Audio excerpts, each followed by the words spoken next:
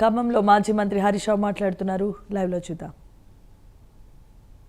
Medical college మంజూరు చేసింది కూడా కేసీఆర్ ప్రభుత్వమే. ఈ రకంగా అనేక అభివృద్ధి కార్యక్రమం భద్రాచలం నుంచి మొదలుకుంటే ఖమ్మం వరకు అశ్వరావుపేట గాని ప్రతి నియోజకవర్గానికి 100 పడకల ఆసుపత్రి ఆ రోజు ఇచ్చాం. ఖమ్మం సాగునీటి రంగంలో, విద్యా రంగంలో, వైద్య రంగంలో, రహదారుల్లో అన్నింటా ఖమ్మంను తీర్చిదిద్దింది నాటి బీఆర్ఎస్ ప్రభుత్వం. వీళ్ళ ముగ్గురు మంత్రులున్నా ఖమ్మం ఒరిగిందైతే ఏమీ లేదు. వాళ్ళు ముగ్గురు కలిసి నేను అడుగుతున్న ఖమ్మం ప్రజల్ని, ఈ ముగ్గురు ఒక్కనాడన్నా ఖమ్మం కలెక్టరేట్ లో కూర్చొని ఖమ్మంకి ఏం కావాలో ముగ్గురు ఒక్కసారన్నా ఆలోచించిండ్రా? ముగ్గురిని ఒక్క వేదిక మీద ఏ రోజన్నా మనం చూసామా? అంటే వాళ్ళకు వాళ్ళ ఆస్తుల గురించి ఆలోచిస్తున్నారు తప్ప ప్రజల గురించి ఆలోచిస్తలేరు. ఒక తమ్ముడు కిందికెళ్ళి చిట్టి పంపుతుండు, అన్న మా యాదవులకు 2 లక్షలు ఇస్తామన్నారు, గెలవంగానే 100 రోజులు ఇస్తామన్నారు, 900 రోజులైంది, గొర్రె పిల్లలు ఎప్పుడు ఇస్తారో జరి అడిగారు నాన్న చిట్టి పంపుతా ఉన్నాడు. చెప్పుకుంటే అన్ని బాధలే ఉన్నాయి. అసెంబ్లీలో గట్టిగా మీ పొంగులేటి సంగతి చెప్తే మమ్మల్ని సస్పెండ్ చేసిండ్రు. మీ పొంగులేటి మైనింగ్ స్కామ్లను బయట పెడితే ఆగమాగమైపోయింది. అసెంబ్లీలో సమాధానం లేదు. ముఖ్యమంత్రి ఏమో లేలే పొంగులేటిది మేమే దొరకబట్టాం, మేమే పైసలు గట్టించినాము అంటాడు. మీ పొంగులేటి ఏమంటాడు? నాకు మైనే లేదంటాడు. మరి ముఖ్యమంత్రి చెప్పింది కరెక్టా, నువ్వు చెప్పింది కరెక్టా? దొరకబట్టింది మేమే, కక్కిచ్చింది మేమే అని రేవంత్ రెడ్డి అంటాడు. మైనే లేదని నువ్వు అంటావు. అసెంబ్లీలో ముఖ్యమంత్రి చెప్పే నువ్వు బయట చెప్పే, ఎవరిని నమ్మాలి? మైనింగ్ మంత్రి అంటాడు దానికి అనుమతులు లేవు, అందుకే డీజిల్ జనరేటర్ మీద నడిపిండు అంటాడు. అనుమతుల కోసం ఢిల్లీకి అప్లై చేసిండు అంటాడు మైనింగ్ మంత్రి. ఎవడన్నా క్రషర్కు ఢిల్లీకి అప్లై చేస్తాడా? అంటే అబద్ధం అతకలే, ఆగమాగం అయిపోయి దొరికిపోయి ఇవాళ ముఖం చిన్నగా చేసుకొని అసెంబ్లీ నుంచి మాకు సమాధానం చెప్పలేక మమ్మల్ని సస్పెండ్ చేసినటువంటి ప్రభుత్వం. కానీ ప్రజలకు తెలుసు కదా, దొంగను దొరకబడితే, దొంగను ప్రశ్నిస్తే సమాధానం చెప్పలేక బీఆర్ఎస్ పార్టీ ఎమ్మెల్యేలను మమ్మల్ని సస్పెండ్ చేసింది. బిడ్డ అసెంబ్లీలో సస్పెండ్ చేస్తావేమో, కానీ ప్రజల గుండెల్లో మాత్రం మేము బరాబర్ ఉంటాం. ప్రజల దృష్టిలో మీరు దొంగలుగా మిగిలిపోయినరు. మీ దొంగతనాన్ని ప్రజల ముందు చెప్పగలిగినాం, ప్రజలకు అర్థమయ్యేటట్టు అసెంబ్లీ సాక్షిగా ఎండగట్టినాం. ఇడిచిపెట్టవి ఇంకా చాలా ఉన్నాయి.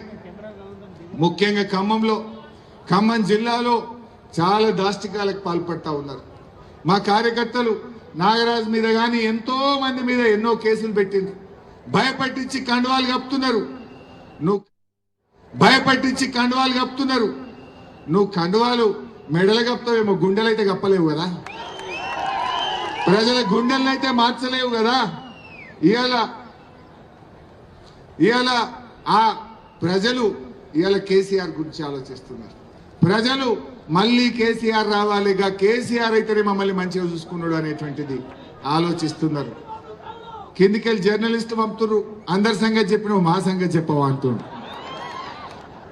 అరే కేసీఆర్ ఉండగా జర్నలిస్టుల కోసం 100 కోట్లతో సంక్షేమ నిధి పెట్టిండు.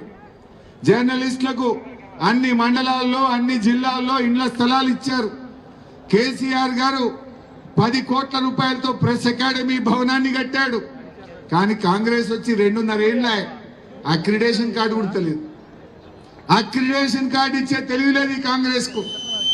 1 రూపాయి బడ్జెట్ లో 16 కోట్లు ఇస్తాను పెట్టిండు, బట్టి 16 పైసలు కూడా ఇవ్వలేదు జర్నలిస్టులకు.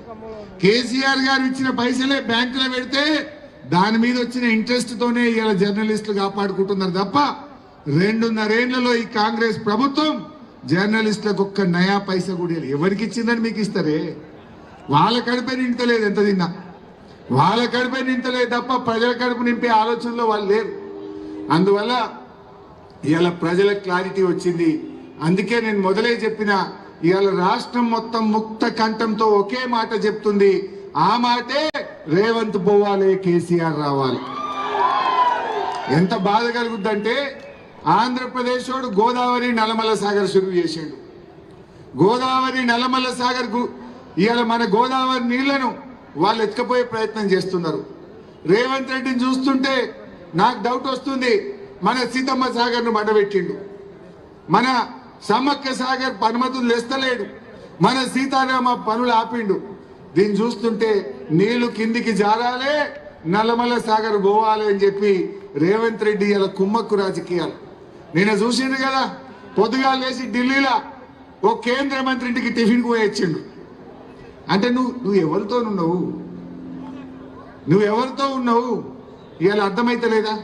అంటే ఇవాళ గోదావరి నీళ్లను ఆంధ్రాకు మళ్లించడంలో భాగంగానే అక్కడ మేడిగడ్డ రిపేర్ చేస్తలేడు, ఇక్కడ సీతమ్మ సాగర్ పనులు పూర్తి చేస్తలేడు.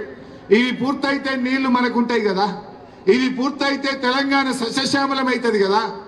ఇది పండబెడితే నీళ్లు కిందికి పోలవరం పోతాయి, ఆడికెళ్ళి నల్లమల్ల సాగర్ పోతాయి అనేటువంటి ఆంధ్రప్రదేశ్ కుట్రలో మన ముఖ్యమంత్రి ఉండడం నిజంగా బాధకరం.